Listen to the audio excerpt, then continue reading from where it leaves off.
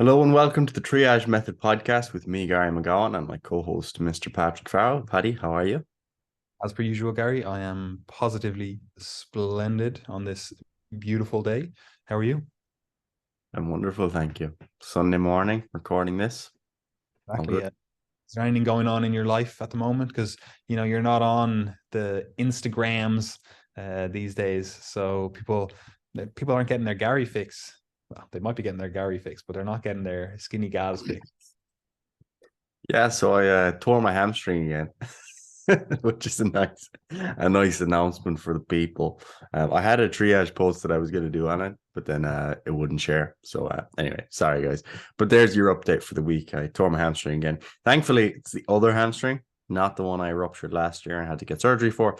And it's not too severe, it seems. Just a more minor normie tear. So we're gonna be fine. Probably a couple of weeks out of jiu-jitsu and I should be okay, all things going well. So yeah, that's the update. Torn hamstring. Otherwise, all going well. You are literally the poster boy for anti-jiu-jitsu propaganda. Yeah, I'm constantly telling people, I'm like, oh, it's jiu-jitsu is a really safe sport. Once you tap on time, there's no risk of injury. You'll be fine. You can manage injury risk really well. Meanwhile, over here, ripping my hamstrings apart wrestling. So sorry. But anyway, look, the people aren't here to listen to your life story, although they're interested. What they probably most likely clicked into this episode to listen to or listen about is supplements. We're on the supplement series, Gary. So what part of the supplement series are we talking about today? Like, what's the topic? Yes, today we're going to talk about supplements that pertain to the brain and in particular the sort of nootropic side of things. And nootropic is a word that's used to describe, excuse me, classes of supplements, medications, herbal compounds that are smart drugs, or that are also known as smart drugs, and that basically attempt to improve your ability to think, to learn, to remember, and overall just enhance your cognitive function. So it's a very diverse group of supplements because, as you can imagine, there are many, many different biological compounds and molecules that could potentially interact with the brain in a way that might enhance your cognition.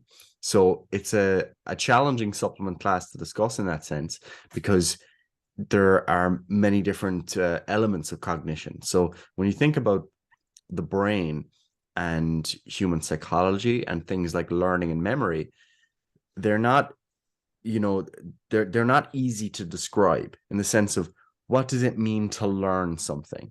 Okay, that's not a specific singular biological pathway that you're trying to target.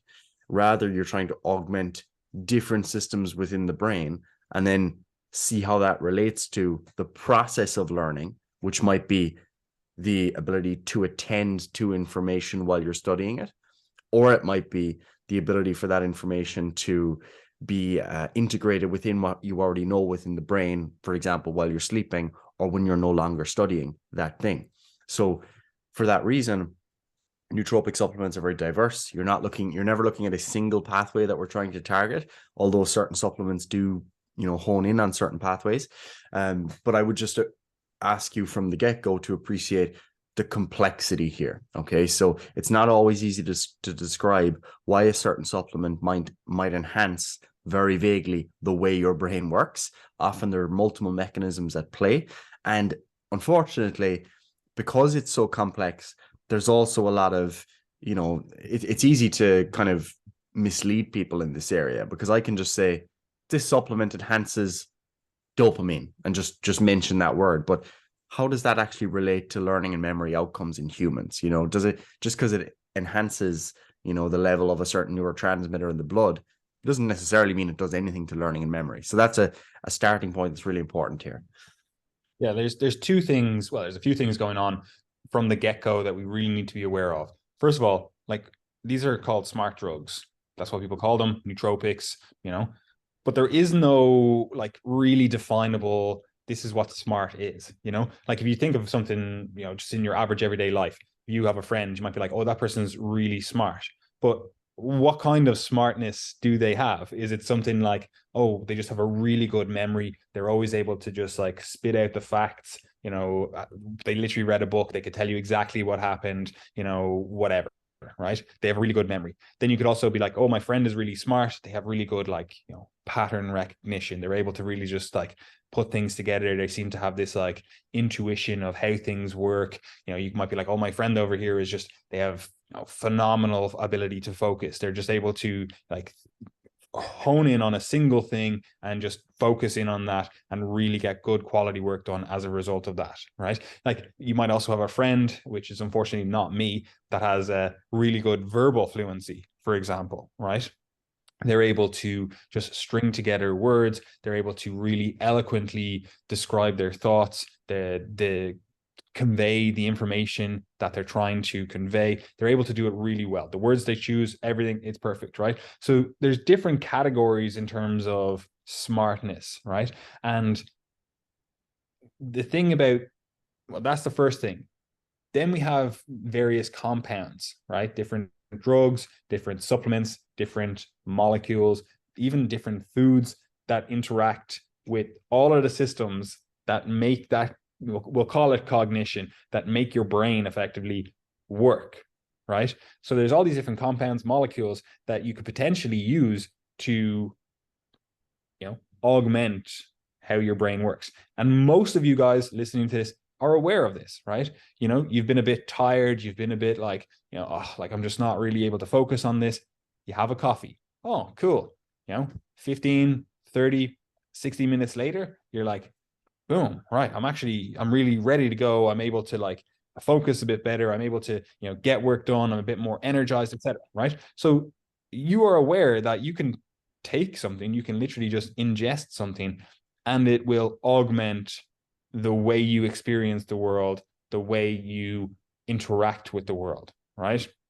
So you're aware of that. But similarly with caffeine, a lot of these different compounds have what we would call off-target effects, right? So with caffeine, for example, you might be like, right, I'm going to take some caffeine to really hone in on this work that I have to do. But it has this off-target effect of maybe like raising your heart rate, right? Which might be part of the process of like helping you study or do whatever it is that you need to do.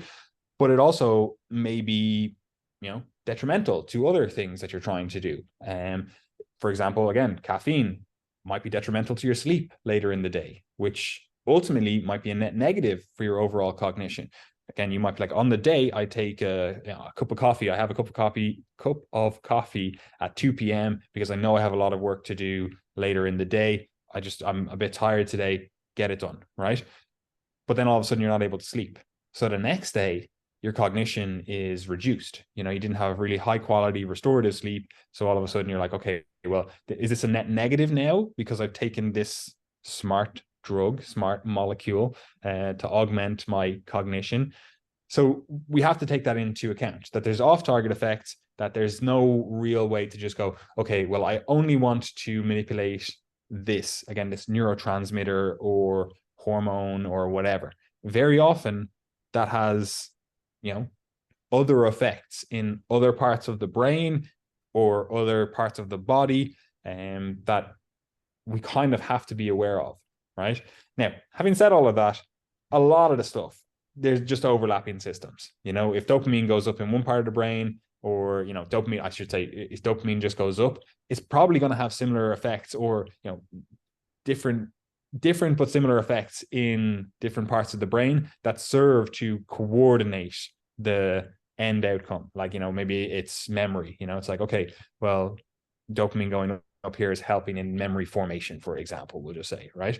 So where it actually happens in the brain, or whether there are off-target effects, it's a little bit irrelevant to understand all the complexities unless you're going outside the norm. And what I mean by that is, if you're just doing stuff that, it's freely available over the counter, most times you're going to be okay, right? If you're taking drugs, because we're going to talk about a few different like medications here, then you really kind of need to know a little bit more about the quote unquote off-target effects, right? Or ideally you would be talking to a doctor about these things, getting them prescribed, and a doctor knows about the off-target effects. But anyway, Gary, do you mind to say on that before we get into some of the kind of more, say, mechanisms that we could be looking at? No, I think we can go into some of the mechanisms now and start to explore some of this. So the firstly, what we're going to do is describe very generally some of the different vectors that could potentially lead to a nootropic outcome. And then we'll get more specific on some of these areas. So first and foremost, some of the vectors of interest would be the augmentation of neurotransmitter systems. Okay, so I say neurotransmitter systems because there are systems within the brain that involve specific areas that release neurotransmitters, which you can think of as molecules that are involved in signaling within the brain, that have both specific and general outcomes. So for example, if you maximized a given neurotransmitter, like let's say you put noradrenaline up to the max, the brain would be very alert, it would be, very awake, everything would be very switched on. Okay, so you've got different neurotransmitters that have different general functions. They can be a bit more excitatory or more inhibitory, in that if you were to get an excitatory neurotransmitter that really stimulated the brain, you'd be in that more alert state. If you had an inhibitory neurotransmitter, for example, that would be drugs used to sedate you, that would make you more sleepy. It would shut down the brain and push you into a state of sleep. Okay, so there are general and specific effects here, and some of the vectors. Yeah, go ahead. One of the things that I always, I always use as a bit of an analogy is that neurotransmitters are effectively like brain hormones, right? Yeah. Because most people are aware of what hormones are. They might not know the exact specifics, and obviously hormones do have effects in the brain itself. But again, this is just an analogy. It's not an actual scientific, like, oh, neurotransmitters are hormones, but think of them like hormones. They have effects, just like with testosterone. If testosterone binds to a part of your body, whatever cell in your body, it's going to have effects on that cell. Depending on what that cell is, like where it is, like it's going to have different effects. So when testosterone binds to muscle versus when testosterone binds to, I don't know, skin cells, like they have different effects, right? And that's because of the cell type that it is. And just like in the rest of the body, same within the brain when we're talking about neurotransmitters, if testosterone binds to, I don't know, a hair follicle type cell, right? It's going to have specific effects there, right? But if you just ramp up testosterone, like let's say you're taking exogenous testosterone, you're injecting it because you're like, oh, I just want to get absolutely jacked out of my mind, right? You're like, I want to get as big as possible. Your target effect is to build muscle. But by increasing testosterone, you have all these off-target effects, like, oh, well, now you've got, a negative feedback to the HPTA system, your testicles atrophy, they get smaller. You start growing hair all over your body. You might have more acne, sebaceous glands. There's so many off-target effects from just ramping up that testosterone. And it's the same with neurotransmitters. They have different effects in different parts of the brain. Cool. That's very understandable. But this isn't just a, on-off type switch. It's like, we can't just go, let's hit this to the max, and that's going to give us more of the target effect. Very often it just gives you more of the off-target effects. Absolutely. And that's something that we'll come back to when we discuss some of the drugs and supplements involved here as well. So some of the primary neurotransmitters that we're interested in really would be dopamine, would be a big one that we're going to come back to. And then choline or acetylcholine as well is something that's really important. So then you have stimulants or wakefulness, which is a vector, and that involves the noradrenaline component of neurotransmission, and also the two listed previously. But the reason we just say stimulants or wakefulness is because they're not necessarily just brain specific effects, which is something that's important here too, because it's easy to think of nootropic or smart drugs as just augmenting the brain, but stimulants and wakefulness drugs also augment other systems within the body that may have effects on the brain, but we need those effects within the body for that to occur. For example, it might be the increase in heart rate, it might be the increase in blood flow, it might be the effects in the adrenals and releasing certain hormones. So you can't just think of these as being brain events. Then you've got, go ahead. Like, unless you're, I don't know, injecting something directly into your brain, you're going to have to ingest it through your body. So it's not just going to go, oh, this is actually destined to go to the brain, I'm not going to use whatever choline, this dopamine, whatever. I'm not going to use the thing that you've ingested only in the brain, right? It's going to go through the rest of your body. It's going to get broken down, liver, first pass metabolism, whatever, and then get transported with the blood. So the blood is going everywhere, right? So that's important to understand, because again, you could be taking a drug, you could be taking something that has specific effects in the brain, and just you might not even be considering that, oh, well, it actually has effects across the rest of the body. And this is, see this in different types of medication, for example. They might say, oh, well, this has specific effects in the brain. I'm taking this drug for its brain effects, but it might have a side effect of, I don't know, causing diarrhea or something, which is quite common with a lot of different drugs. So again, we just need to keep in mind that you can't just disentangle both the brain and the body. We are just one, it's one unity. Absolutely. And this becomes really important as well when we come back to side effects later on. If you're just thinking about the brain, you might miss out on some really important side effects of these types of supplements and medications. Then you've got energy support, you could think of as being a nootropic mechanism. So some of the supplements are involved in providing energy substrates for the brain. An easy one that we probably won't go into today because we've discussed it already would be something like creatine. Creatine provides a source of energy for the brain, an important source of energy for the brain, and therefore could be considered to be a nootropic rather than just a strength supplement as people typically think of it as.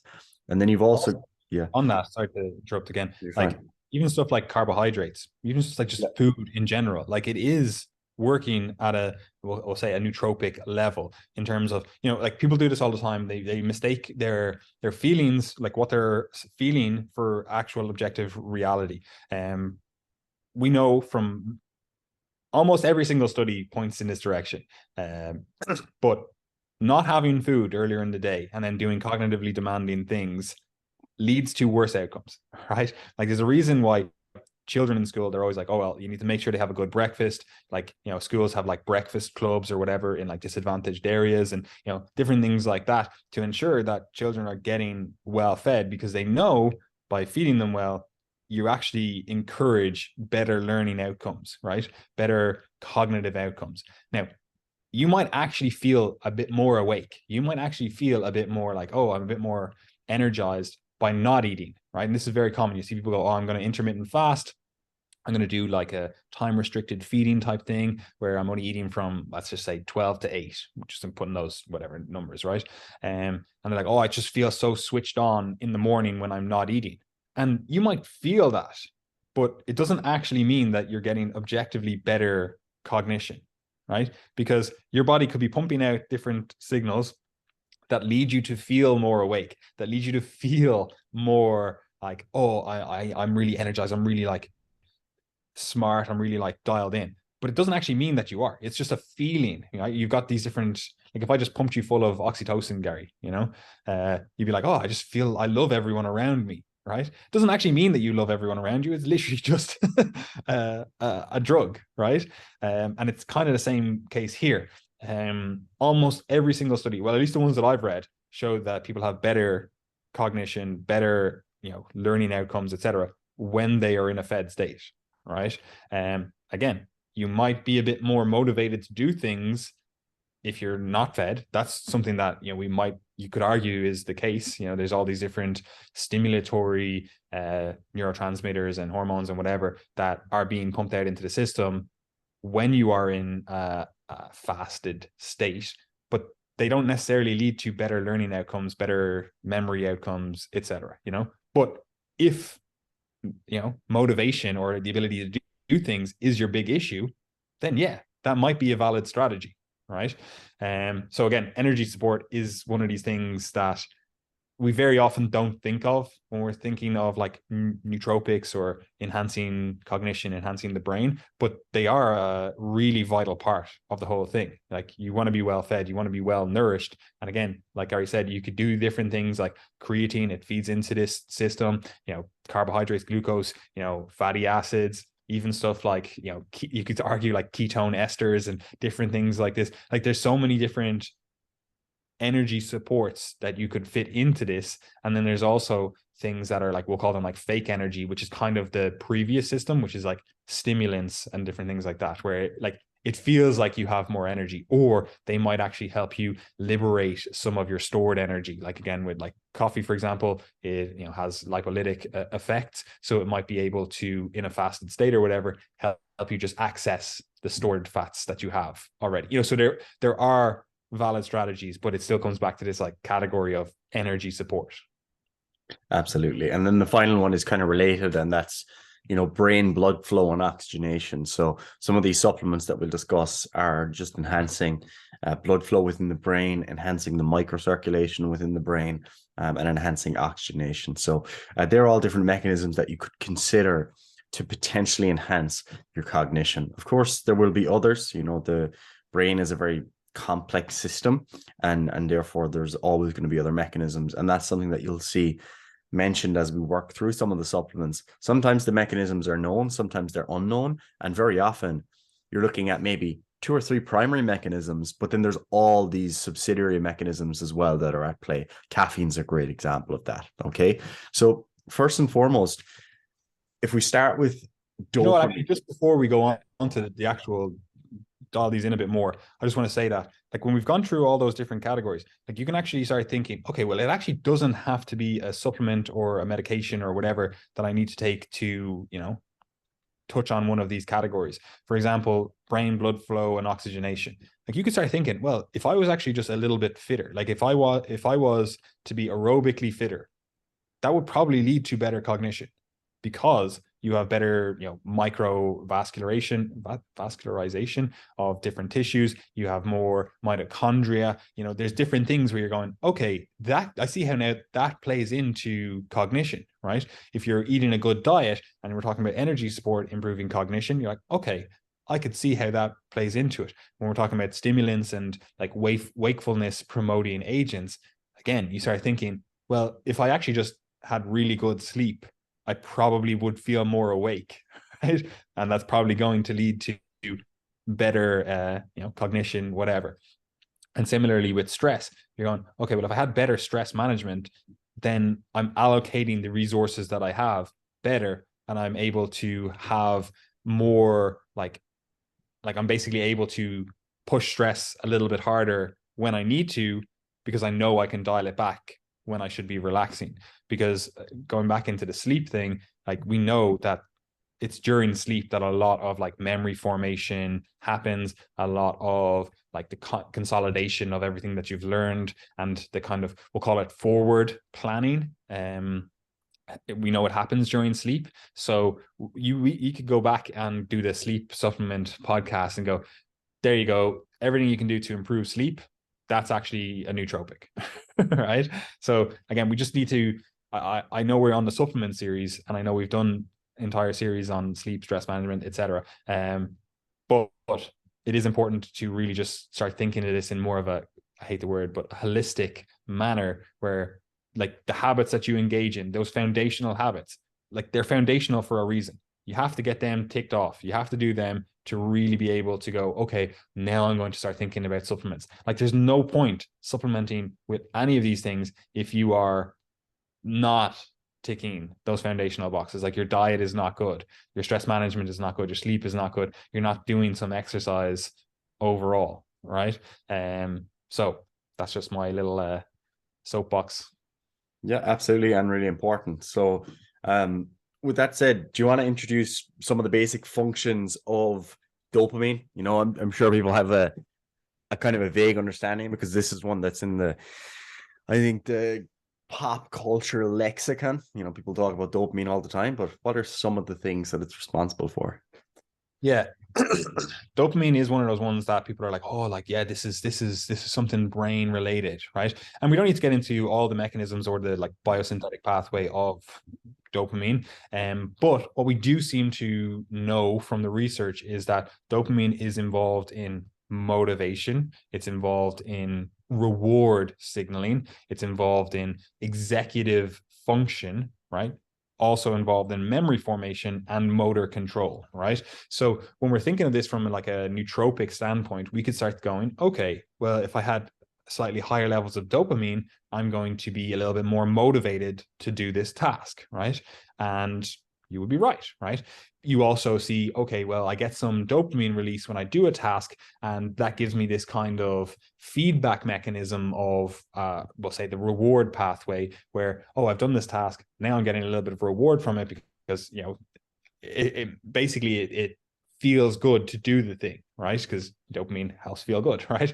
Executive function, like this is one of those things where you hear people with like ADHD, they have poor executive function. Like I personally have ADHD, and it is a potentially, again, there's multiple theories of what exactly ADHD is, etc. But it is a dopamine dysregulation. And now it could be caused by a variety of different things along the pathway. It could be dopamine receptors, could be dopamine release, could be dopamine clearing. There's so many things that are going on, but it does play a role in executive function. And executive function is a bit of a weird one because we don't generally talk about it, but it is basically your ability to actually do the things that you know need to be done, right? And that's just a very simplification of it, because you'll see someone that has ADHD, for example, they'll say like, oh yeah, I know I need to do all these things. They're like, I have this list of things I'm able to do, like make the list. I'm like, this, do this, do this, do this. But then actually actioning on it, that's where they find the hard thing. And that can cause a lot of like internal stress, because they're like, all right, I know I should be doing this thing. I feel crap because I'm not doing this thing, but I can't actually motivate myself to do this thing, or I can't really get myself to do this thing. And, you know, depending on the type of person you are, the type of personality you have, other brain related things, like if you're a conscientious person, that might, you know, really help with your executive function. You know, if you have like someone else going like, oh, you need to do this. But this is very often you see in, again, people with ADHD, and also people without ADHD, where they leave things till the very last minute because they need that kind of external stimulus, that external like excitation of, oh, I only have 6 hours left to do this, you know, whatever task, you know, I really need to do it now. So they basically leave things till the very end so they can use a different system, you know, we'll call it the stress system, you know, all those stress hormones, to overcome the fact that their dopamine is dysregulated, right? But dopamine is also involved in memory formation, right? It's also involved in motor control. And this is why a lot of, you know, Olympic athletes, for example, they all have ADHD, right? They all happen to have this, where they're able to take drugs then that are about stimulating, but also improve motor control, right? Now, that's not to say that every single person that's an athlete that has, you know, ADHD diagnosis is, you know, lying just so they can get performance enhancing drugs. But just like with asthma, and we've talked about before, there is a disproportionately high amount of it. Now, again, you could also make the make the case that all of these people, their parents put them into sports early because they had ADHD and they just wanted to like burn off some of that energy. That's definitely part of this thing. But again, we do know that these drugs do have performance enhancing effects because they play a role in motor control, right? Now, you are the medical doctor, or soon to be medical doctor. What happens when, you know, the dopamine system is just gone, right? Because obviously we've talked about ADHD. That's just some dysregulation in the dopamine system.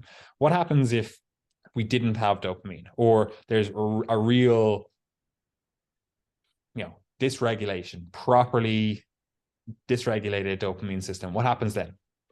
Yeah, so the most classic example, and one that's actually really illustrative when you think about motivation, is Parkinson's disease. Because in Parkinson's disease, it's typified by a hypodopaminergic state. So you get a loss of dopaminergic neurotransmission within the brain. And then as a result, what happens is you get all of these various motor symptoms that are classic of Parkinson's disease.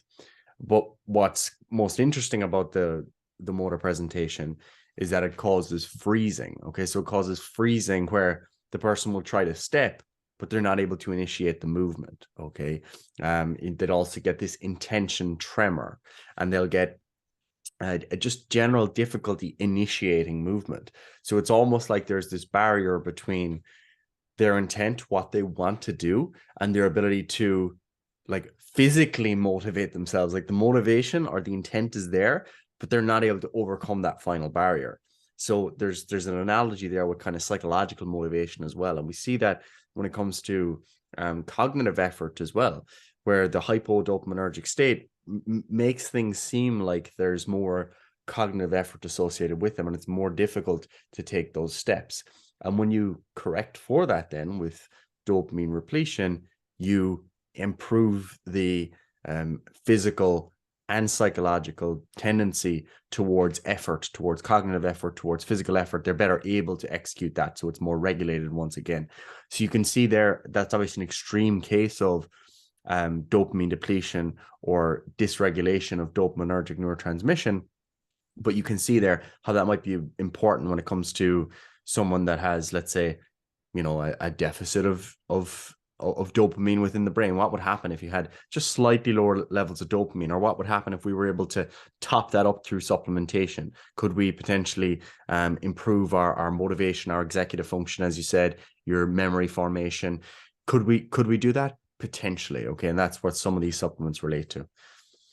Yeah, 100%. What's the next system then that we would talk about? Because we're going to go back and we're going to go, okay, well, what supplements or what molecules or whatever actually target this system? And again, as we talked about before, very often a lot of these drugs, supplements, whatever, they're working through multiple mechanisms, but it's important to go, okay, well, if there's a dopamine component of it, what does that mean? Okay, so there's going to be some component or some effect related to motivation, reward signaling, of executive control, maybe memory formation and motor control, right? So we just want to keep it clear in our mind. That's why we're going through these things. But what's the next one, Gary? And the next one is acetylcholine. So acetylcholine is just distributed throughout the body in terms of its role in neurotransmission.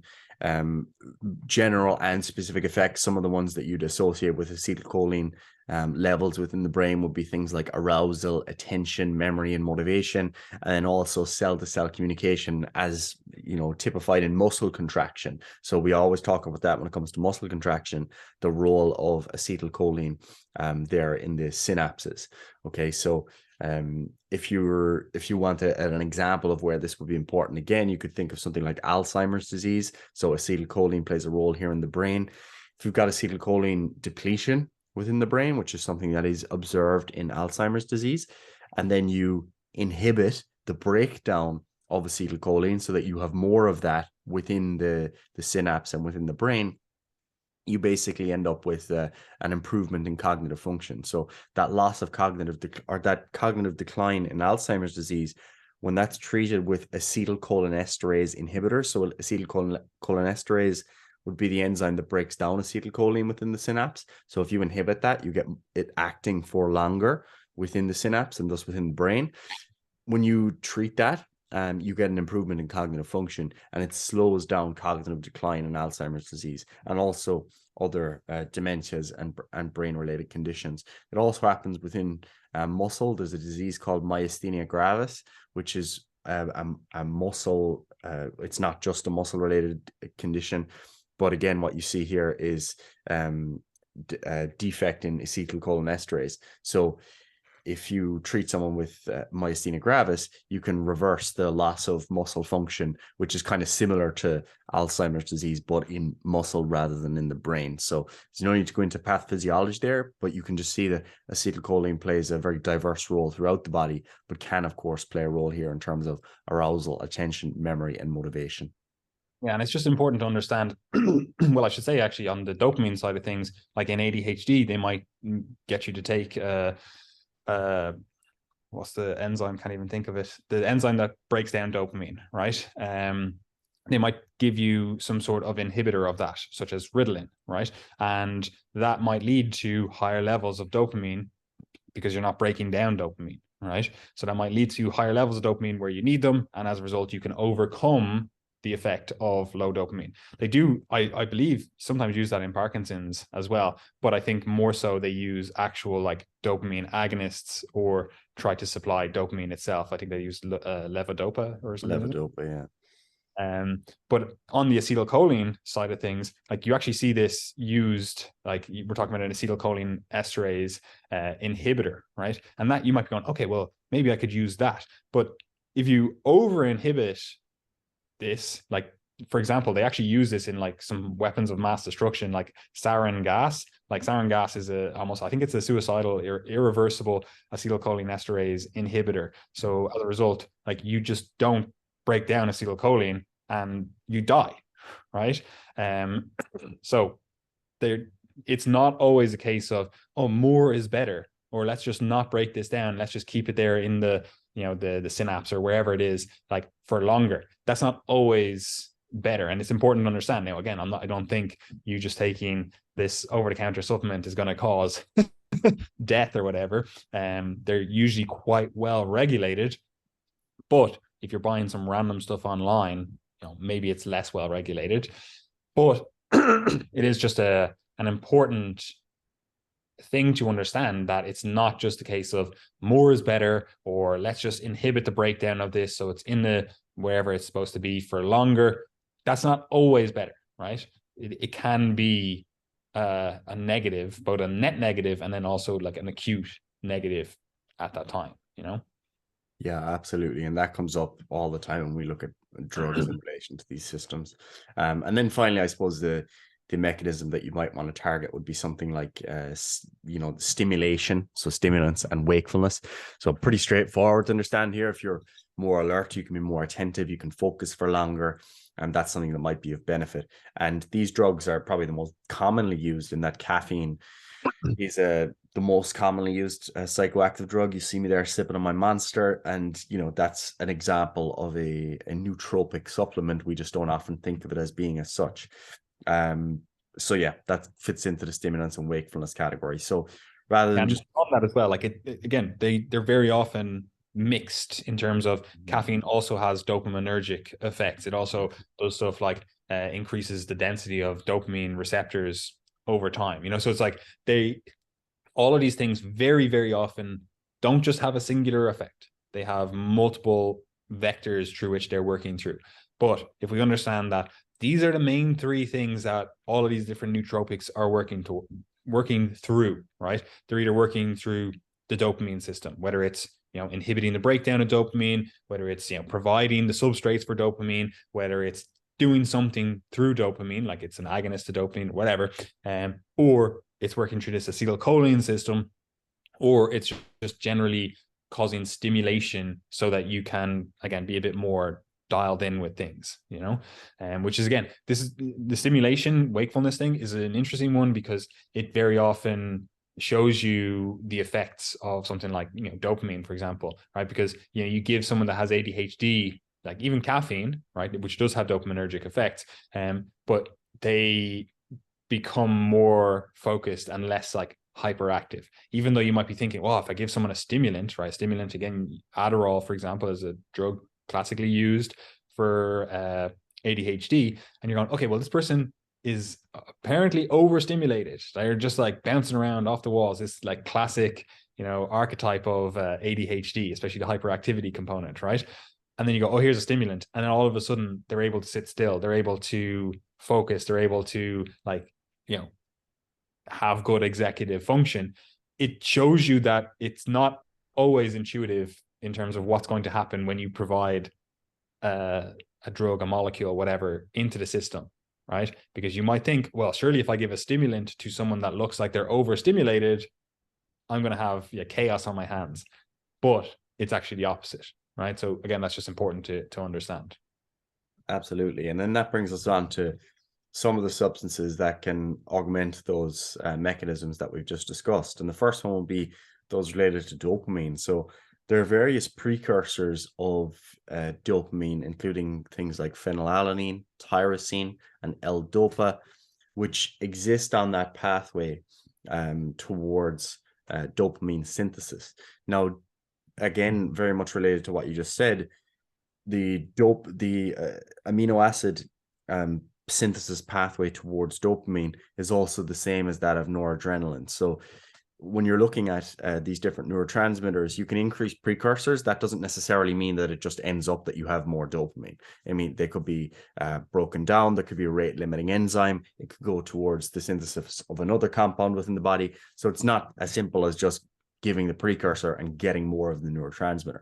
So in this case, when you're looking at precursors such as tyrosine, which is probably the most commonly used precursor for dopamine synthesis, I would argue phenylalanine, because like even Coca-Cola, like they have to put on the label, it's like this is a source of phenylalanine, because some people have that phenylketonuria, so they actually can't break down, I suppose you would say, phenylalanine. So that's probably the most one. And this is why stuff like you don't even realize just how good of a marketing, I suppose you'd say it is, where they put like extra phenylalanine. I don't know if they actually put extra in it, but it is a source of phenylalanine in it, like Cokes and stuff, right? Where it's like, oh, here's the caffeine that's giving you the stimulating effect, but also here's a little bit of dopamine that's like also trickling in so that you really have the reward system activated from taking this, drug effectively, but this drink, so, oh, it's Coca-Cola. And I'm not just picking on Coca-Cola, like they all do it, like Pepsi, etc.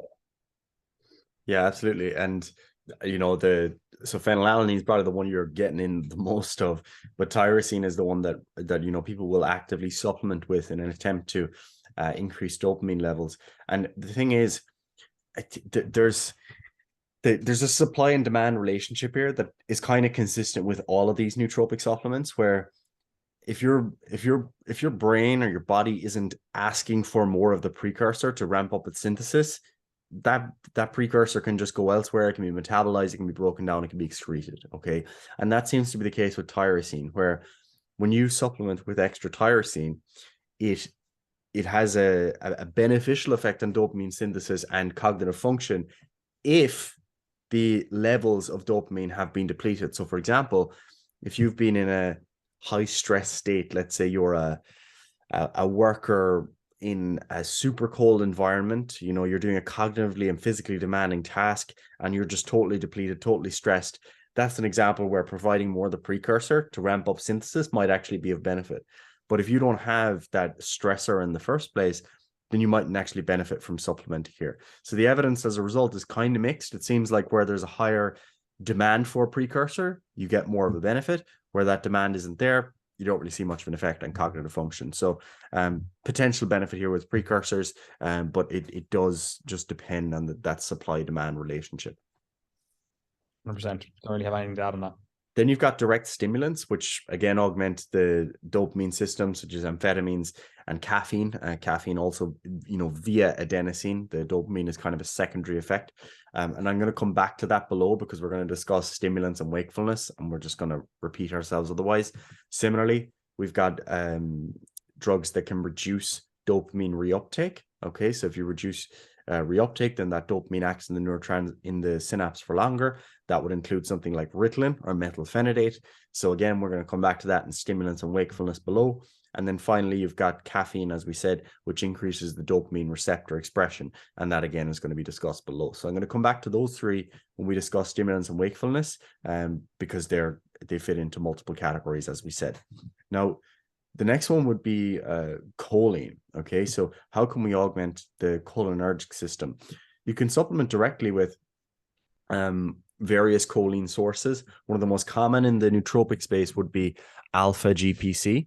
And this is one that does have some evidence to support its use. So when you supplement with alpha GPC, the idea here is that you're providing a choline source that will lead to greater acetylcholine synthesis. And this has been demonstrated to improve cognitive function or reduce cognitive decline in acetylcholine depleted states, such as Alzheimer's disease. But again, we're probably in one of these cases here where we've got a supply and demand issue. So similar to tyrosine or the dopamine precursors that we mentioned, in Alzheimer's, you've clearly got a depletion of acetylcholine, and therefore there's more of a demand. And if you give more supply, you get more at the other end. In a healthy individual with normal cognitive function, there's not as much evidence for alpha GPC.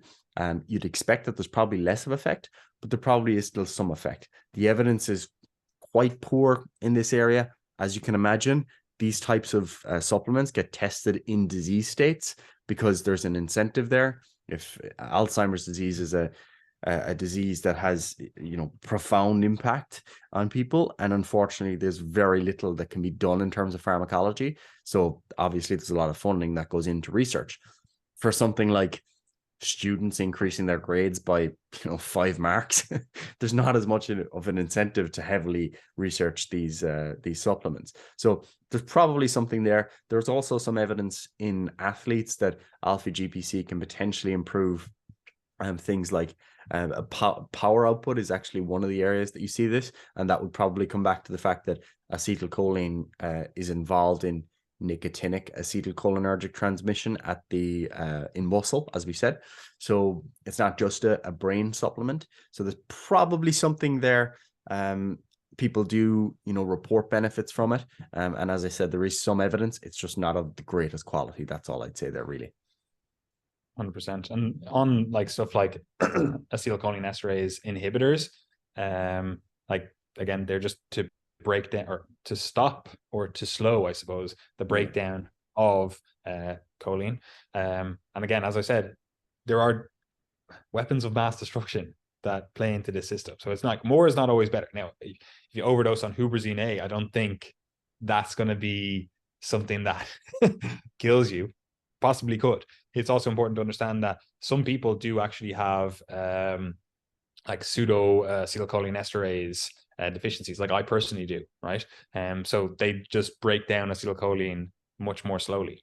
So they're able to have more of that acetylcholine at the cell, communication point, right?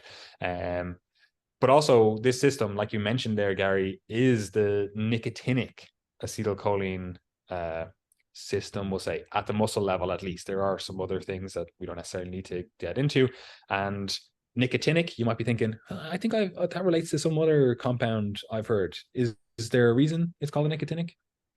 Yeah, there is a reason, and that's because it's agonized by nicotine. Okay, so nicotine itself is indeed a nootropic supplement.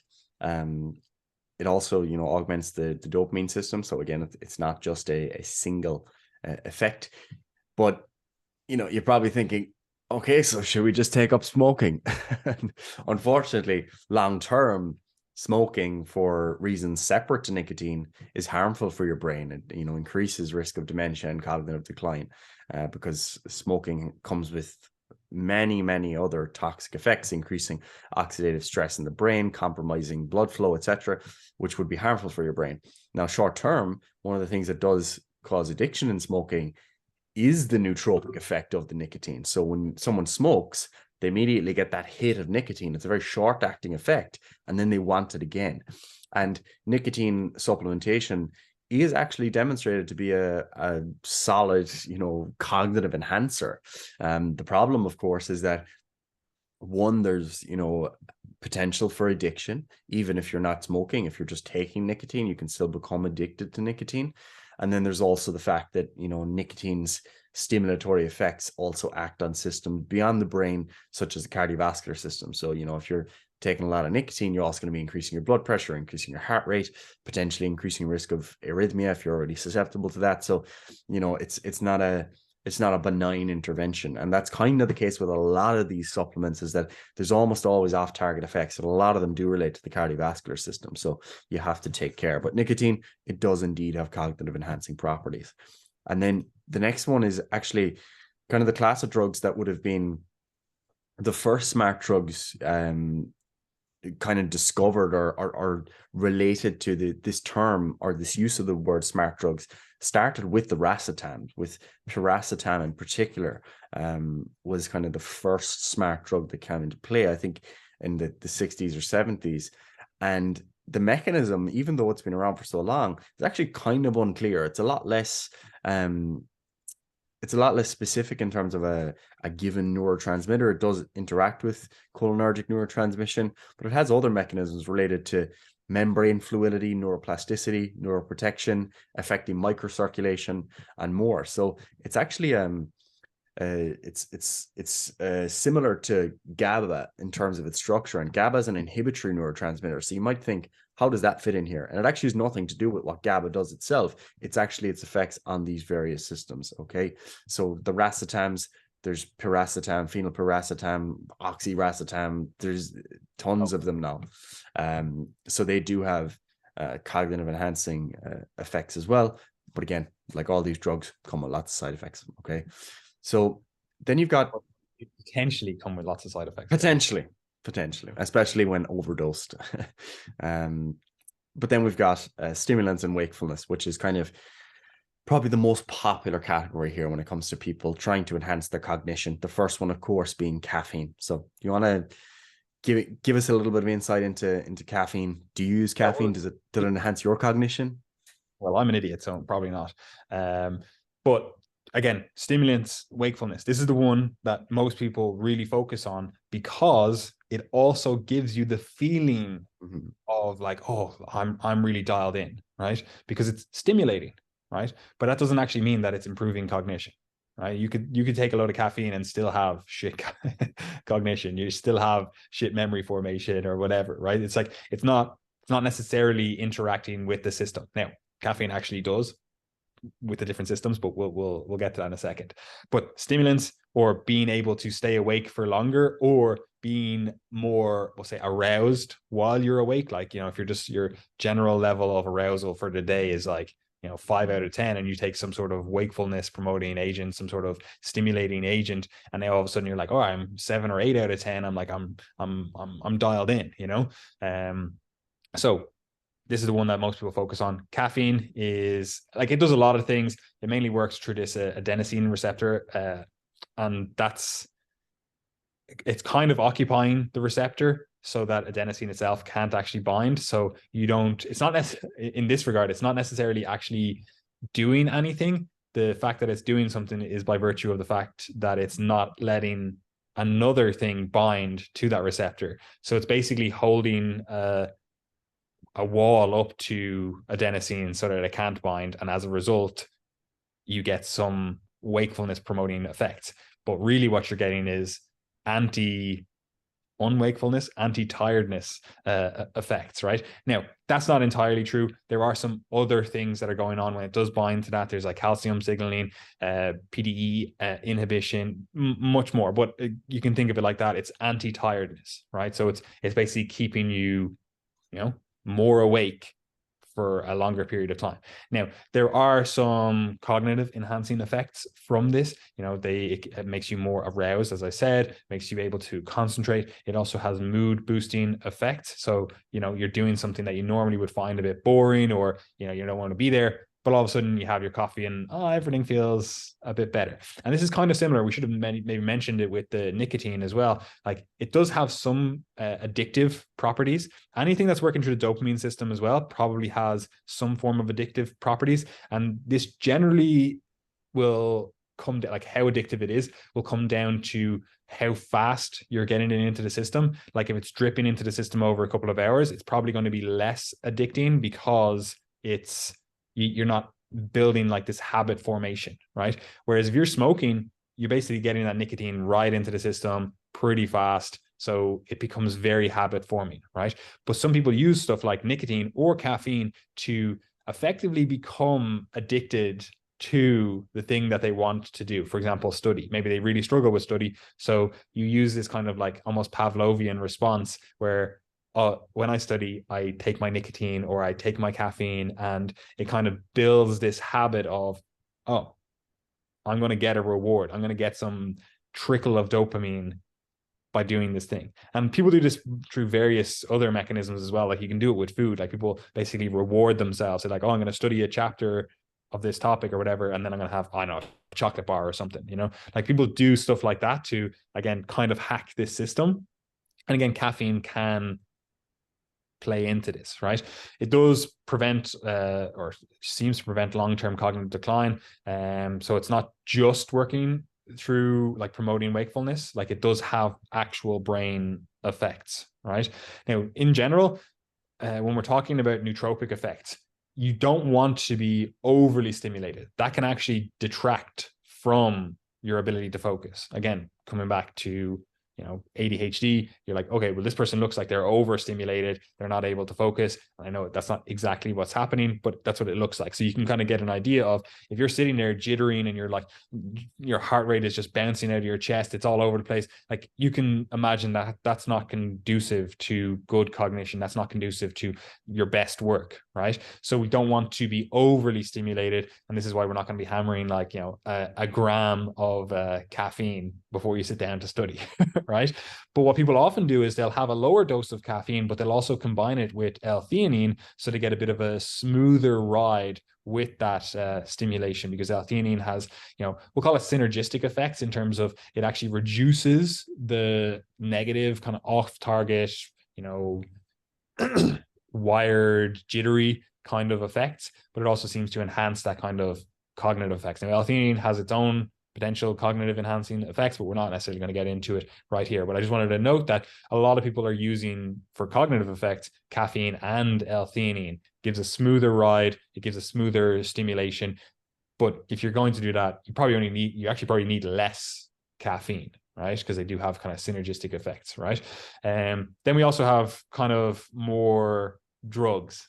And Gary, again, seeing as you're the chief medical officer at a Triage, maybe you want to talk about the drugs. And again, these drugs, while they are stimulants, potential wakefulness promoting agents, they do also work through the other systems that we've been talking about. Mostly, a lot of the time, they're working through the dopaminergic system, but they do have other effects as well. So what's the first one, Gary? Now, the first one is amphetamines, which is, a class of drugs. It's not just a single drug. And these are, general central nervous system stimulants. So there's strong abuse potential here. Obviously, methamphetamine is probably the one that comes to mind here for people. And it's it's not something I would be recommending. Okay, I think amphetamines definitely have one of the stronger abuse potentials, and therefore, as you escalate in dose, more side effects associated with that. So generally not recommended. But Adderall, which type of amphetamine is Adderall? Do you remember? Do you know? Adderall is a mix of amphetamines anyway, so yeah, okay. I'm not sure. Okay. So anyway, but Adderall is a trade name example of that there. But yeah, strong abuse potential for side effects. The other one would be Ritalin, which is methylphenidate.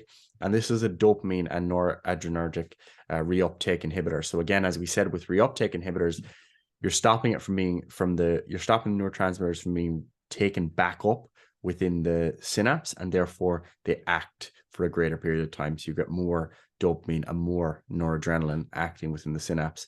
So there's less of a risk of addiction here than versus something like the amphetamines, because the therapeutic dose is not really strong enough to potently activate the reward system, which would be the mechanism of addiction here. So lower risk of addiction, and does have they do have evidence, or Ritalin does have evidence to support its effect on improving cognitive function. That's obviously going to be greater in someone who has a clinical need, such as someone with ADHD, for example. And that is, going to lead to an improvement in cognitive function, potentially improved learning and memory as well as a result. But generally isn't, you're not going to be able to get this online. Okay, this is a prescribed drug, but it does have nootropic properties. And of course, it does also have side effects, for example, related to the cardiovascular system. All these stimulant drugs can have adverse effects in the cardiovascular system. So if you were someone who, let's say, had an underlying heart condition already, could potentially be very vulnerable to these side effects. Then another drug, which is... Just on those as well, like a lot of times students will use like amphetamines or Ritalin to help them study. And mainly what they're trying to do with that is not actually the cognitive effects. What they're really trying to do is have more motivation to study, to actually be able to sit down and study. They're using it as a kind of like habit forming drug, if you will. And like, that's fine, whatever. Like, I'm not going to argue with people's choices, but there are lots of side effects to that. There's a lot of negatives to that. And realistically, you could probably just overcome the fact that you struggle to, study for periods of time by working on your habits. That would probably be a much safer method of going about this stuff. Like actually sitting down and going, okay, well, I need to form good habits around study. I'm going to actually set aside time during my week to do this, rather than what often happens is, Gary, you're in college, you've been in college, as you know, a lot of times in the lead up to exams, that's when people are like, oh, I'm in the library or in studying for 6-7 hours per day. And that's when everyone's using their Ritalin or their amphetamines, rather than, okay, well, it's the start of the year. I'm going to start as I mean to go on, and I'm going to get into a good practice of doing whatever, an hour, 2 hours of study every single day. And yeah, I might ramp it up closer to the exam, but it's on the backdrop of already having done a lot of stuff already. Absolutely. So, habits trump this, and we're going to come back to that at the end. Like with all these supplements, if your habits aren't in the right place and you don't have a good system for studying or working, etc., you're just totally wasting your time. And modafinil is probably the final drug of relevance here. And modafinil is a weak dopamine reuptake inhibitor, also increases serotonin and noradrenaline in the prefrontal cortex, which is your area of executive function. So similar to Ritalin here, they have similar indications. Where modafinil is often used these days would be in narcolepsy or shift work, sleep disorder. So different types of sleep disorders. It's promoting wakefulness. It's promoting alertness. It can give you a euphoric feeling similar to that which someone would experience in response to caffeine if they're caffeine naive. And you can also get, reductions in appetite. That's considered a side effect, but it's probably, one of the reasons people use it in some cases if they're trying to use it as an augment to their dieting practices. Actually, most of the stimulants, they do have, they all have that effect, really. Appetite effects. Again, if you're hyperstimulated, you're really jittery or whatever, like you're probably not hungry. Mm-hmm. And it also we mentioned the serotonin, we mentioned the noradrenaline, we mentioned dopamine. So modafinil is also used in, or it's been demonstrated in some studies to improve responses to SSRIs in depression. And importantly, depression is multifactorial. So you can't just look at it as low serotonin. And that's why some of these drugs can also help in depression. Okay, so modafinil itself. Ritalin as well is also sometimes in depression. And again, it makes sense. Dopamine makes you feel good. And also your depression might be a case like, say, for example, ADHD, one of the biggest comorbidities or most common comorbidities in ADHD is depression, So it's like it makes sense. These things are all related. As we said at the start and throughout, there's off-target effects. They're not just doing one singular thing. They're often working through multiple pathways. Yeah. So modafinil, again, it works like Ritalin. They work, they can assist your ability to be a more productive student, be a more productive worker, etc. But these drugs are, they're prescription drugs. They're licensed for particular indications. And generally, you're going to get a lot of pushback in terms of using them for, let's say, trying to get ahead at university. Some of these questions are related to health. People will say, well, you shouldn't use medications to get better grades if they're going to harm your health. And fair enough, that's not an invalid argument, but people often use various other types of drugs to assist with their lifestyle as well, such as at the end of a hard study day, someone will drink alcohol to de-stress. Potentially has greater side effects than some of these medications long term. We just don't really know. So I think there is a small element of, I would say, maybe stigma associated with the use of these drugs for studying. And I think that's probably because people have this kind of underlying uncertainty of, it's sort of like sport where, wait, is that cheating? Are you just trying to get ahead? People don't really like that. It can sound like that sometimes. So I think there's probably a bit of stigma and bias against these drugs. But also they are drugs. And I do agree that, relying on study drugs that have consequences for your health and that probably aren't great to use consistently long term, relying on them in order to get by at university or in your job, it's probably not the best approach. Can it help? It certainly can. So 100%. So anyway, we've gone through that. There's loads more peptides, supplements, drugs, whatever that we could potentially talk about. Like, it's literally an ever expanding list. There's always something new found. Oh, this works through this system, and maybe this plays into it. And yeah, look, it's not going to we're not going to be able to cover everything. We just wanted to give you a quick overview of how these supplements work, what people are using. Again, some of them are drugs. You're not going to be able to go, oh, I'll just buy this over the counter. But again, it illustrates the point. Where do we actually start with this stuff, right? Because what I always argue, and I think you're of the same, Gary, we want to start with a minimal intervention. We want to start with like, okay, let's get the foundational stuff in place. And then we can start thinking about, oh, let's put the icing on the cake, right? Because very often people do it the exact opposite way. They have terrible foundational habits, and then they go, oh, I'm going to take a drug to overcome them. Or my friend got some Ritalin, I'm going to go halves with him and buy it or whatever. It's like, it might work, but it's the least effective way to do this stuff, right? Would you agree with that? I absolutely would agree. Okay, so I've been in a student for about the bones of a decade now, you could say, and the things that make the biggest difference are so incredibly obvious. And obviously, I say a student, you could equally talk about work, but student life is a great example of where cognitive enhancement would be of benefit. But like the basics, the absolute basics, are you studying every day? Oh, you're not studying every day? Then why are you complaining about your grades? Why are you looking at supplements? You have to study, and you have to do it consistently. And I mean, if you want to be the best student you can, it's not about showing up to lectures and kind of scrolling on your phone. It's not about skipping lectures. It's not about even just doing the assignments when they're due. If you want to be a student and you want to actually be competent in the field that you're trying to study, you need to be taking things into your own hands. Are you doing your own reading? Not just the assigned reading, you're doing your own reading related to your field. If you're studying, medicine, are you just studying what's in the exams, or are you, going beyond what's presented in your lectures, going beyond what's presented in the hospital to you that day? That's what being a good student is all about. And I know myself that there are so many things that I could do better. Obviously, a lot of my time as a student is taken by the fact that I work for Triage. This takes up a lot of my time. Could I be a better student if I didn't work? Of course I could. And I know what those steps would be.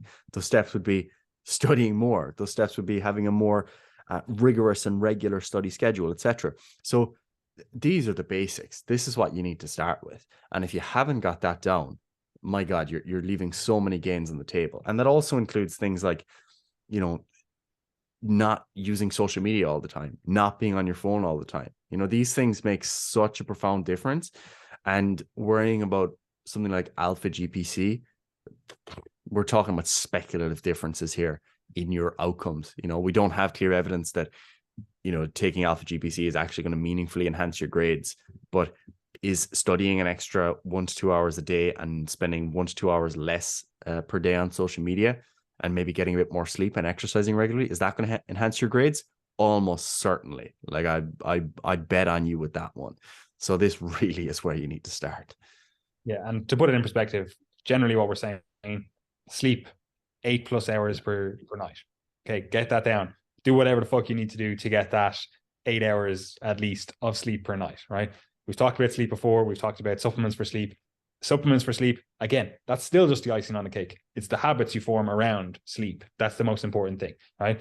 And then it comes down to, are you eating a high quality diet, right? Because we talked about it before in this episode, energy support, right? We could have supplements for energy support. But guess what is the best energy support? A good quality diet, right? So we don't need to, I don't think, spend too much time on describing what a good quality diet is.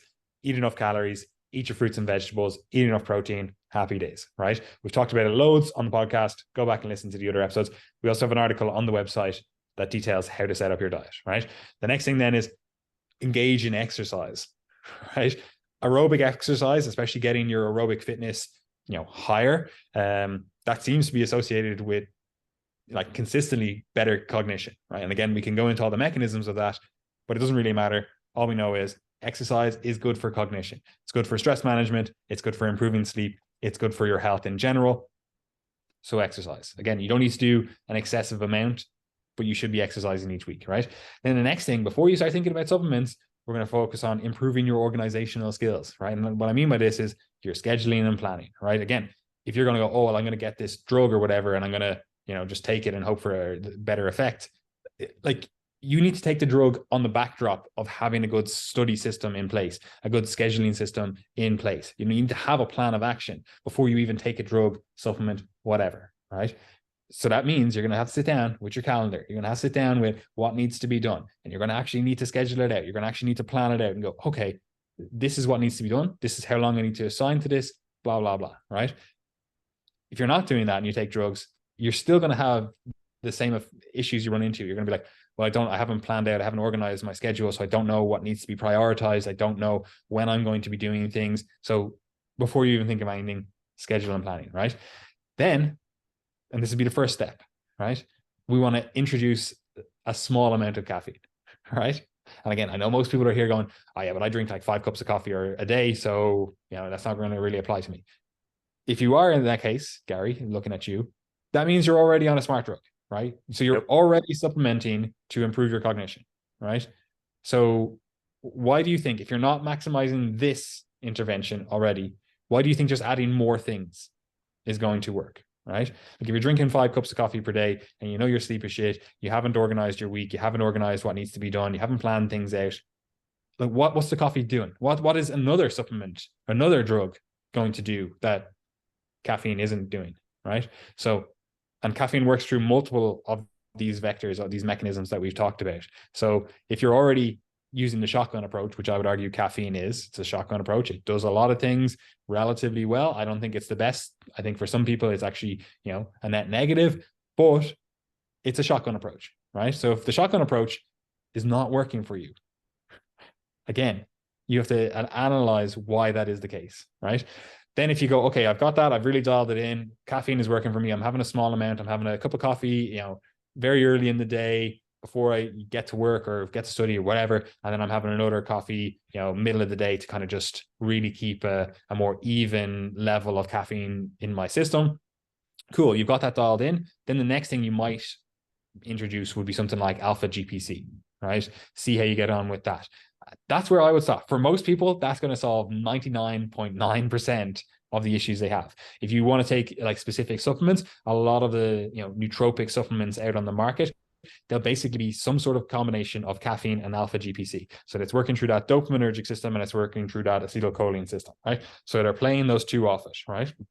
Now, again, you could argue, well, maybe I'll introduce some L-tyrosine or phenylalanine. Again, yeah, that might be the next step. So we're really just going to leverage the dopamine system a bit more. But for most people, caffeine and alpha GPC, that seems to be all they need on the backdrop of good scheduling, good planning, good habits, etc. Right? The people that are arguing, oh, well, I need to have XYZ extra, I need to do this thing, I need to be taking these drugs, almost every single time you look into it, they have shit habits, they have shit sleep, they have shit diet, they have shitty other things going on in their life. And they would probably get more bang for their buck with 100% certainty, less side effects if they just improve their sleep, improve their diet, improve their exercise habits, etc. Would you agree with that, Gary, or do you have anything else to add? Yeah, I would agree with that. My clients very often ask me about, tips for productivity and things like that, because, I do a lot of work, I do a lot of study, etc. Tends to go all right most of the time. So they ask for advice, and it almost always comes back to the point of organizational skills, scheduling, planning, etc. That's the big one for people, because very often people that are into their health already, they're trying to look after the sleep, the nutrition's good, they're exercising enough, and then it really comes down to those organization skills, and that doesn't need to be complex. It's like the real basic stuff. Like, right, you want to study more. When are you going to study? Number one. And if you're going to study, then you have to make sure that you're not doing anything else during that time. You're turning off your phone, you're focusing on that. You have a rough plan as to what you're going to do, etc. Because what a lot of people do is they don't have any organizational skills. So they'll just say, okay, I want to study more. And then they wake up the next morning, try to study as much as they can, but then they're leaving other things, aside, and clearly that's not going to work within their life. So that's really where I get most people to start. Caffeine is something that I definitely use quite regularly. With that said, it's also something that I try to curtail when I, see it climbing a little bit too high. So if I'm having more than 3 caffeinated beverages per day, that's generally for a limited period of time, and then I try and pull back. Okay, so that's kind of what I did recently. I've got my exams coming up in a few weeks. So I wanted a period of time before my exams where I was just having a little bit less caffeine. So I wasn't consuming as much as regularly, so that I can be just a little bit more sensitized to it when I need it. And that's what I always encourage people to do. If you know there's a period of time where you need to be more switched on, then save these extra tools for when you need to be switched on. Okay.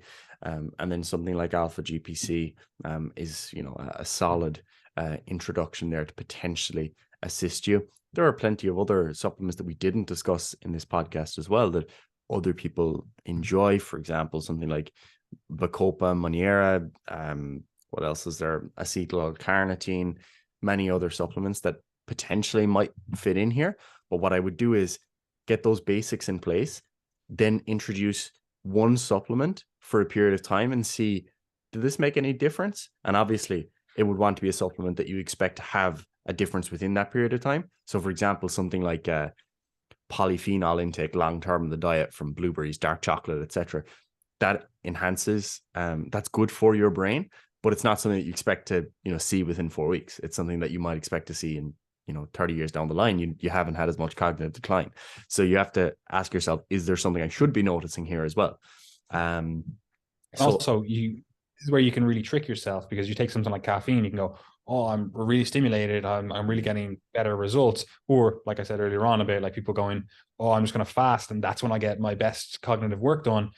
You can test this out. You can do stuff like there's online like word speed accuracy things, like how fast do you type, like you should see an improvement in that if the drug, the supplement, whatever is going to go, it's actually improving your cognition. There's multiple tests, like again, like memory tests and different things. Now, are they fantastic? Are they perfect tests? No, but all you're using them for is some sort of baseline. And then, okay, I took this drug. Did it actually improve a measure of cognition, whatever it is? Again, there's hundreds online that you could find, right?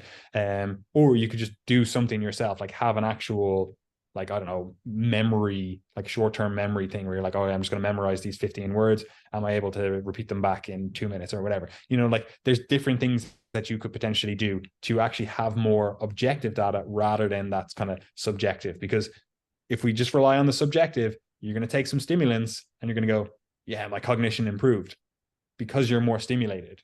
But that doesn't actually mean that your cognition improved, right? Now, obviously, if like you're sitting there half the day and you just really are like, eyes are in the back of your head, you just can't do anything, and then you get more stimulated, yeah, you're probably going to have improved cognition, But I would argue as well, like sleep is probably a better solution in that case. Now, obviously, there's certain cases where you're going to need to take drugs, like if you have narcolepsy or fucking whatever, like again, that's probably going to be a bigger intervention than just sleep, saying, oh, sleep is a better return on investment. But that is the case for most people where sleep is probably better. Absolutely. And I don't think I have too much else to say. That's most of what we wanted to cover. So other than that, guys, if you're interested in working with us in a coaching capacity to get your training and nutrition in order, we do have coaching spaces available. So that includes myself, it includes Paddy, and it includes the remainder of the Triage team. So get involved if you'd like. We also have a nutrition certification where you can get certified with us as a nutritionist to enhance your ability to coach others and also really enhance your nutrition knowledge. That includes some of the content that we've discussed in this episode, but in particular, what it really is going to cover is helping your clients to set up their diets optimally for health, performance, body composition. We've also got a lot of free information that we put out. So we've got the podcast here. Of course, if you enjoyed this episode and it's your first one, make sure you subscribe for more. If you enjoyed it and you'd like others to benefit, make sure that you share it with others or leave a rating and review. That would be great. We've also got a newsletter that we put out, so you can subscribe to that below. And we've got our social media at Triage Method. You can follow on Instagram. It's probably the best place to catch us. And you'll get plenty of more free information from myself, from Paddy, and the Triage team. 100%. I mean, I don't have anything else to add. So see you later, guys.